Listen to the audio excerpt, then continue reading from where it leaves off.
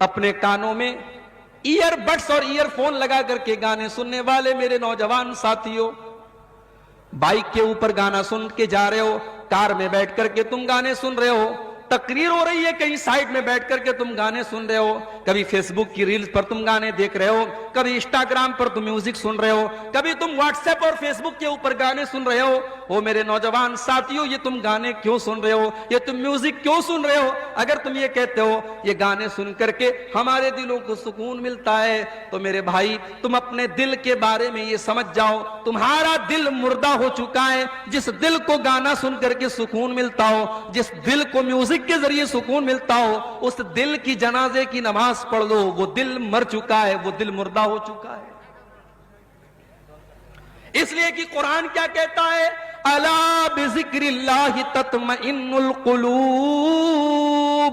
او لوگوں، جو دل ہوتا ہے وہ دل اللہ کے ذکر سے سکون پاتا ہے، دلوں کو اللہ کے ذکر سے سکون ملتا ہے۔ اگر آپ کا دل زندہ ہوتا تو قرآن کی تلاوت سے اس کو سکون ملتا، آپ کا دل اگر زندہ ہوتا تو اللہ کے ذکر سے اس کو سکون ملتا۔ اگر میوزک اور گانے بجانے سے اور گندی تصویروں سے آپ کے دل کو سکون مل رہا ہے، اس کا مطلب کہ آپ کا دل مردہ ہو چکا ہے۔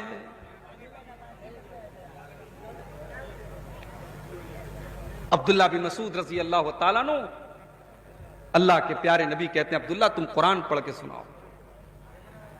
حضرت عبداللہ کہتے ہیں اے اللہ کے نبی میں آپ کو قرآن پڑھ کے سناؤں؟ یہ قرآن تو آپ ہی کے اوپر اترا ہے، میں کیسے آپ کو قرآن پڑھ کے سناؤں؟ اللہ کے پیارے نبی نے فرمایا اے عبداللہ صحیح بات ہے کہ قرآن میرے اوپر اترا ہے، مگر آج میں قرآن کسی اور کی زبان سے سننا چاہتا ہوں۔ اے عبداللہ تم قرآن کی تلاوت کرو، میں سننا چاہتا ہوں۔ حضرت عبداللہ کہتے ہیں میں سورہ نساء کی تلاوت کرنے لگا، سورہ نساء میں پڑھنے لگا، میں تلاوت کرتا چلا جا رہا ہوں، اللہ کے نبی غور سے سنتے چلے جا رہے ہیں۔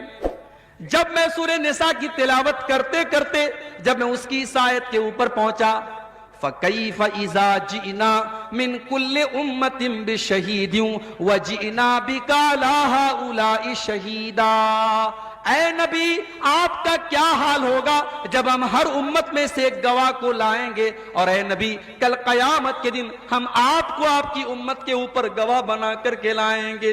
اللہ کے نبی جب اس آیت کو سنتے ہیں آپ کو اپنی ذمہ داری کا احساس ہونے لگتا ہے، آپ کے دل میں یہ خیال آتا ہے کل قیامت کے دن میری امت کے بارے میں مجھ سے پوچھا جائے گا۔ اللہ کے نبی کی آنکھوں سے آنسو بہنے لگتے ہیں، اللہ کے نبی رونے لگتے ہیں، اور آپ کہتے ہیں کہ عبداللہ بس کرو، اے عبداللہ رک جاؤ۔ حضرت عبداللہ کہتے جب میں نے نظریں اٹھا کے دیکھی فَإِذَا عَيْنَاهُ تَذْرِفَانِ، اللہ کے نبی کی آنکھوں سے آنسو بہ رہے تھے، اللہ کے نبی رو رہے تھے، آپ کو اپنی ذمہ داری کا احساس تھا۔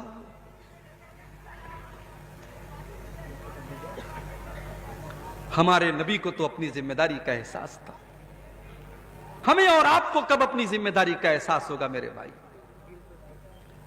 بڑا دعویٰ ہے ہمیں نبی سے محبت کا، شاید پورنیہ کے اندر بھی 12 ربیع الاول کو جلوس نکلا ہوگا، شاید ارریہ کے اندر بھی کوئی جلوس نکلا ہوگا۔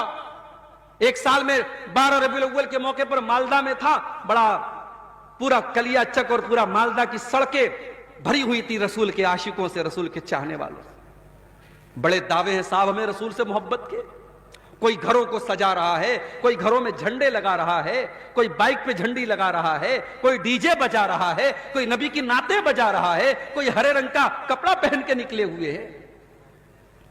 دعوے تو بڑے لمبے چوڑے ہیں نبی سے محبت کے، مگر نبی کا اخلاق کہاں ہے میرے بھائی؟ نبی کی سیرت کہاں ہے؟ نبی کا کردار کہاں ہے؟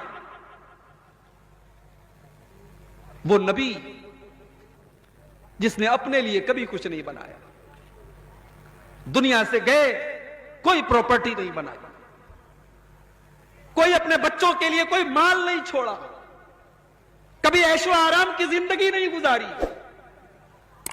آخری دن اللہ کے نبی کا سوموار کو آپ کا انتقال ہوتا ہے، اور سنڈے کو اتوار کی رات میں اللہ کے نبی کے گھر میں جو چراغ جلتا ہے اس چراغ کا تیل بھی پڑوسی سے ادھار لیا جاتا ہے۔ یہ زندگی گزاری اللہ کے پیارے نبی نے۔